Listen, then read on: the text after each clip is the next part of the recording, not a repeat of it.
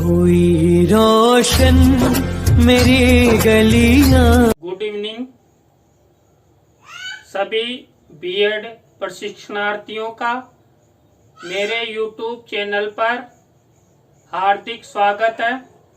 हम अध्ययन कर रहे हैं अधिगम के लिए आंकलन। तो इस पेपर के अंतर्गत आज की हमारी जो लाइव क्लास है उसका टॉपिक रहेगा अधिगम प्रक्रिया, आंकलन एवं विशेषताएं। देखिए, जो अधिगम प्रक्रिया आंकलन है वो क्या होता है, इसका अध्ययन हम करेंगे। और अधिगम प्रक्रिया आंकलन की विशेषताएं, इस लाइव क्लास में हम दो टॉपिक के बारे में अध्ययन करेंगे। तो सबसे पहले हम अध्ययन करते हैं अधिगम प्रक्रिया आंकलन।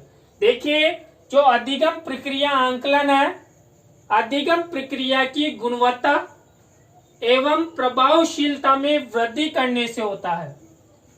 इस प्रक्रिया में छात्र के अधिगम को उच्च स्तर तक पहुंचाया जाता है, जिस स्तर तक छात्र पहुंच सकता है। तो देखिए, जो अधिगम प्रक्रिया अधिगम प्रक्रिया आंकलन है, वो अधिगम प्रक्रिया के द्वारा जो गुणवत्ता एवं प्रभावशीलता में वृद्धि करके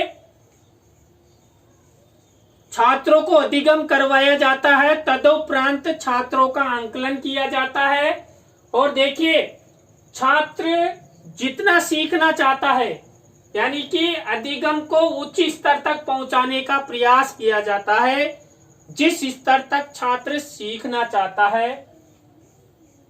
छात्र में अगर क्षमताएं हैं, वो अधिक से अधिक अधिगम करना चाहता है, तो उसको अधिक से अधिक अधिगम करवाया जाता है। आपने कक्ष में देखा भी होगा, कई छात्र ऐसे होते हैं जो शीघ्र अधिगम करते हैं, तो अध्यापक भी उन्हें अधिक से अधिक बताने की, और मान लीजिए जब भी किसी भी प्रकार का कोई भी प्रश्न करता है, तो अध्यापक झट से उसकी समस्या का समाधान करता है। समय समय पर आंकलन द्वारा अधिगम प्रक्रिया में सुधार करते हुए गुणवत्तापूर्ण, प्रभावी एवं समसामयिक बनाने का प्रयास किया जाता है। मान लीजिए, अधिगम प्रक्रिया में जो कुछ न कुछ कमियां होती है, उस कमियों को दूर करने के लिए अधिगम प्रक्रिया आंकलन में समय समय पर नई नई आंकलन की प्रक्रियाएं जोड़ी जाती है और समसामयिक यानी कि समय के अनुसार उसको बनाए रखना होता है। क्योंकि अधिगम की प्रक्रिया हमेशा चलती रहती है, तो वर्तमान समय के अनुसार अधिगम प्रक्रिया को बनाया जाता है और छात्रों का आंकलन किया जाता है। जैसे मान लीजिए, कोई छात्र अधिगम के सिद्धांतों को सीखने के प्रति रुचि रखता है, तो छात्र के अनुरूप अधिगम प्रक्रिया एवं शिक्षण अधिगम सामग्री उपलब्ध करवाई जाएगी, तो आंकलन अपेक्षा पूर्ण होगा। देखिए, इसमें हमने अध्ययन किया था कि छात्र जितना सीखना चाहता है, उसकी जितनी क्षमताएं हैं, उसको उतना ही शिक्षण अधिगम करवाया जाएगा। तो उदाहरण के रूप में भी मान लीजिए, कोई छात्र अधिगम के सिद्धांत है, जैसे सूज का सिद्धांत है, मैकडूगल का सिद्धांत है, जीन पियाजे के सिद्धांत है, उन सिद्धांतों को अगर छात्र सीखना चाहता है, तो छात्रों के पास शिक्षक द्वारा उन्हें वैसे ही शिक्षण अधिगम सामग्री उपलब्ध करवाई जाएगी, जिससे छात्र अधिक सीख सके और शिक्षा के उच्च स्तर तक पहुंच सके। तब जाकर जो अधिगम प्रक्रिया आंकलन है वो सफल हो सकता है, जिससे कि हम अपेक्षा करते हैं वो परिणाम हमें प्राप्त हो सकता है। तो इस आंकलन में छात्रों को अधिक से अधिक सीखने के लिए प्रेरित किया जाता है और सीखने के साथ साथ छात्रों को अधिगम प्रक्रिया से संबंधित शिक्षण अधिगम सामग्री भी उपलब्ध करवाई जाती है, जिसका प्रयोग अध्यापक के द्वारा छात्रों के लिए किया जाता है। अब देखिए, हम आगे अध्ययन करेंगे जो अधिगम प्रक्रिया आंकलन की विशेषताएं हैं, उनके बारे में अध्ययन करेंगे। जो अधिगम प्रक्रिया है उसके आंकलन की कुछ विशेषताएं हैं।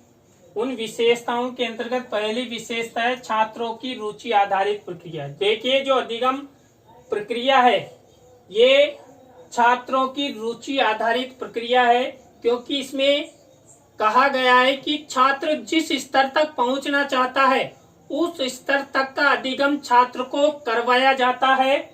दूसरी विशेषता है अधिगम गतिविधियों का आकलन। देखिए, इस प्रक्रिया के तहत अधिगम की जितनी भी गतिविधियां हैं उनका आंकलन किया जाता है। इस प्रक्रिया में कौन सी अधिगम प्रक्रिया आंकलन में अधिगम की सभी गतिविधियों का आंकलन किया जाता है। नंबर 3, अधिगम सामग्री का आंकलन। देखिए, अधिगम प्रक्रिया आंकलन में अधिगम सामग्री का आंकलन किया जाता है। देखिए, अधिगम के लिए हमें कई प्रकार की शिक्षण सामग्री हमारे पास होना चाहिए।